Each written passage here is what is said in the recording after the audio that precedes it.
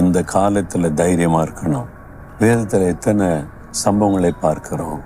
யோசேப்பு வாழ்க்கையில் ஆபத்து கடந்து போனது, தேசத்தில் உயர்த்தப்பட்டார்.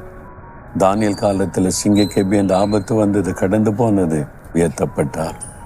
தாவீதனுடைய வாழ்க்கையில் சவுல் என்கிற ராஜா வேட்டையாடினான், ஆபத்து வந்தது, கடந்து போனது, தாவீது உயர்த்தப்பட்டார். இது மாதிரி எத்தனை சம்பவங்கள் வேதத்தில் பார்க்கிறோம். அப்போ இந்த ஆபத்தான சூழ்நிலையில் நீ சொந்து போகக்கூடாது மகளே, மகனே சோர்ந்து போகக்கூடாது. தைரியமாக இருங்க, இயேசு கூட இருக்கிறாரு.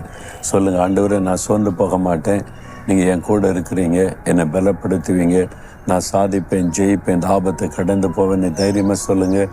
ஆபத்து விலகி வழிவிடும். உங்களுக்கு நீங்கள் ஆபத்துன்னு நினைக்கிறீங்களே, உங்களை அப்படியே வந்து ஆட்கொண்டுரும், சுருட்டிரும், அழிச்சிடும் நினைக்கிறேன், அது விலகி போகும், வழிவிடும். தைரியமாக முன்னேறி போவீங்க.